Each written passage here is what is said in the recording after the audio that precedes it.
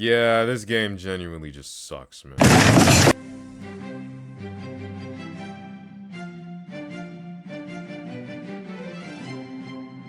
So, I've put in about over 100 hours on Tomodachi Life Living the Dream. And after about 100 of those hours, I can now confidently say that this game is genuinely dog shit. I have my reasons as to why I just don't like the game anymore, and I'm gonna go over all of them, starting with the main focus of the game.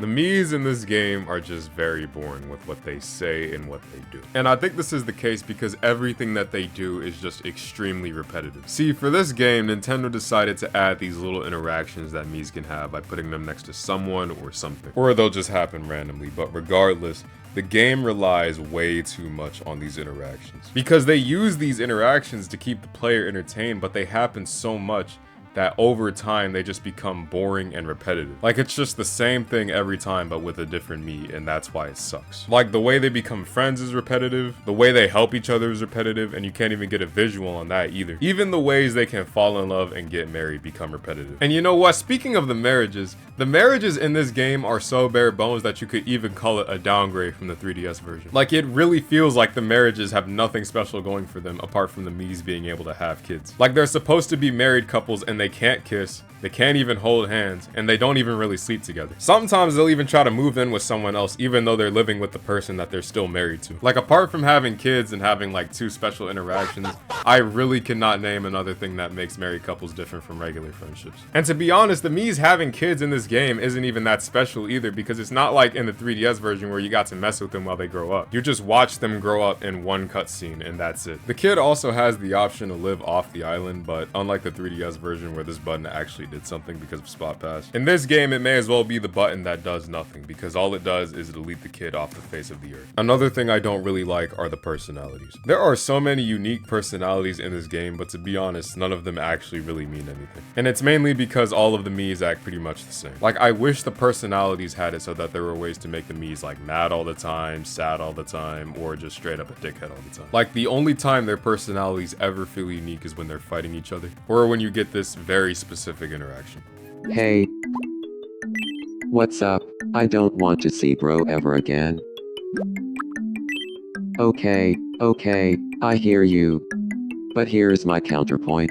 No. Shut the fuck! One more thing I want to talk about for the Miis are the little quirks. Now, I actually like this feature because it's the only thing that makes their personality somewhat unique. But one thing I don't like is how you can't have multiple quirks on a character at once. Like, I just think that it would be really cool if we could like mix quirks together and get something unique out of it. Or if Miis could just have a bunch of different quirks go off at random. Like, I really think we should be able to put every single quirk on one specific Mii. Like, it could get a little mixed up at times, but it would still be fun to have regardless. Now, for this next part, I'm going to be talking about what I would consider to be the second most important focus of the game. Now, I'm gonna just start by saying that I actually like the customization in this game. Being able to create your own food, clothes, and the world that the Miis stand on is actually pretty cool. However, and I know that this is gonna sound a little weird, but the game actually kind of suffers because of how much customization there is. And what I mean by that is there is so much customization that it kind of feels like Nintendo did not put in any effort themselves. Like the pets, for example. They're no different from the pets that you can make yourself. They're just PNGs that bounce around and occasionally have a Pokemon cry. Like, they could have at least put some effort into it, like in the 3DS version. Like, in that game, the 2 pets at least had 3D models. Even Miitopia did it better, man. They had a whole horse that you could customize. Like, all I'm saying is that I would rather have a limited amount of high quality pets that you could customize over a bunch of official pets that are just bouncing images. And the custom pets can just be the pictures or drawings that bounce around. Another thing is the face paint, and this is another thing that Miitopia did better. Being able to draw on your Mii is cool, but some Miis require so much face paint that you can't see their actual face. So if you want to see their actual expressions instead of a still drawing, you gotta either limit how much face paint you use or just not use the face paint at all. And Miitopia had the perfect workaround for this, and for some reason they didn't use it. Because in Miitopia, you can take pieces of the Mii's face and make them look however you want, while still keeping their expressions. But in Tomodachi Life, if you draw an eye on the Mii's face, it's not gonna move. And one more thing about this, right? The Miitopia customization system allowed for people to customize their Miis extremely well, even if they were not that good at drawing. In Tomodachi Life though, if you want to customize your Mii's face with face paint and you're not that good at drawing, GG's bro, like, it's over. And back to the island customization. Like I said before, I think this is cool, but the problem is that it takes away from the game's potential features. And basically what I'm saying is that in the 3DS version, there were so many unique locations with their own special features. Like for example, the park, the cafe, the tower, the amusement park. In the 3DS version, all of these locations had something that made them special. But in Living the Dream, it's like you gotta make your own park, you gotta make your own cafe, you gotta make your own amusement park, even with just one Ferris wheel. How the fuck does that work, Nintendo? And because of this, it removes the features that made them special. And this actually leads perfectly into the next thing that I want to talk about for this game. I think that if you were to ask almost anyone who played the 3DS version of Tomodachi Life as to what made the game so special, I'm pretty sure that most of them would just mention the amount of stupid features that were in the game. And it's not just because those features were dumb and funny, but they also made the game itself a lot more immersive. Like being able to see how compatible your Miis are with other Miis, or how popular they are, or just being able to have them sing the dumbest song ever, or just ask them the dumbest questions. Things like this just made the game more fun for people, especially if their Miis weren't having problems at the time. But in Living the Dream, these features have either been extremely watered down or just completely removed from the game. And for my first example, I'm gonna use the GIFs. The GIFs in this game are just painfully boring. Because in the 3DS version, right, you had a Wii U, you had a punching bag, you had a skateboard. Do you know how cool it would be for your Mii to skateboard in a game like this? In a game where you can customize the entire island by yourself. It would have been the coolest thing ever. But nah, because in this game, we have a knitting set, paint, and a baseball. But here's the worst part, right?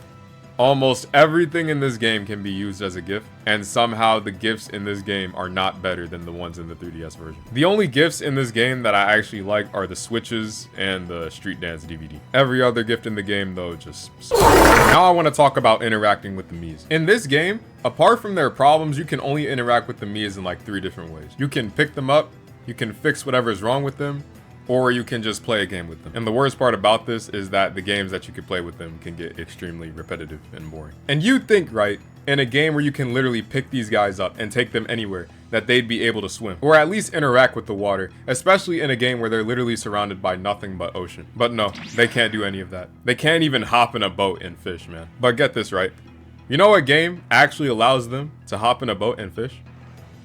And it's not just this either. I really wish it was, but it's not. There were so many features from the 3DS version that should have been carried over to this game. Like there's no quirky questions, there's no rap battles, and there's definitely no songs. Like the closest thing we have to the songs in this game is the island lingo. Because like the songs, it's like customizing and having it be whatever your Mii say. And it's kind of funny at first, but it just gets boring and repetitive like every other thing in this game. But it is so crazy to me how this is supposed to be a sequel, and they completely downgraded on the features from the 3DS version.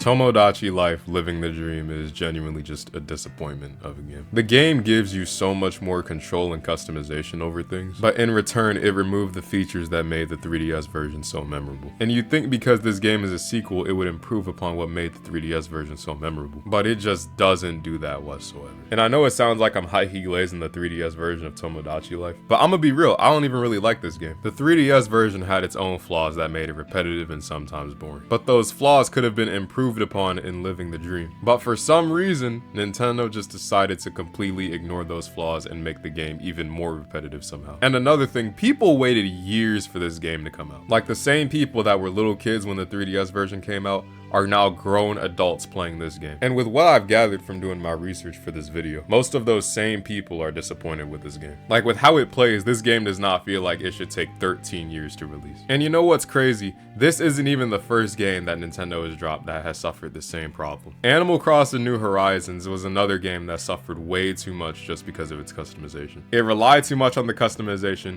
people found it repetitive and boring, and then they stopped playing the game, which is exactly what's happening with Tomodachi Life as well. And what's probably gonna happen next with this game, knowing Nintendo, they're gonna drop like 2 or 3 updates with some minor features that'll probably help the game, and then never touch it ever again. And honestly, Nintendo, We're all good over here, man. The game has genuinely lost like most of its hype, man. It's already over. And actually, can you all just stop with the whole update the game months after it releases thing? No one wants to wait like 7 or 8 months for a game to finally get good after paying full price for it at launch. And this game is $60, by the way. This really should be a $40 or $50 game with the way it plays, man. But honestly, man, this game could have just been better. They had years for this, and they somehow messed it up. And hey, if you enjoy this game, that's cool. But this game just has so many flaws that can't be ignored.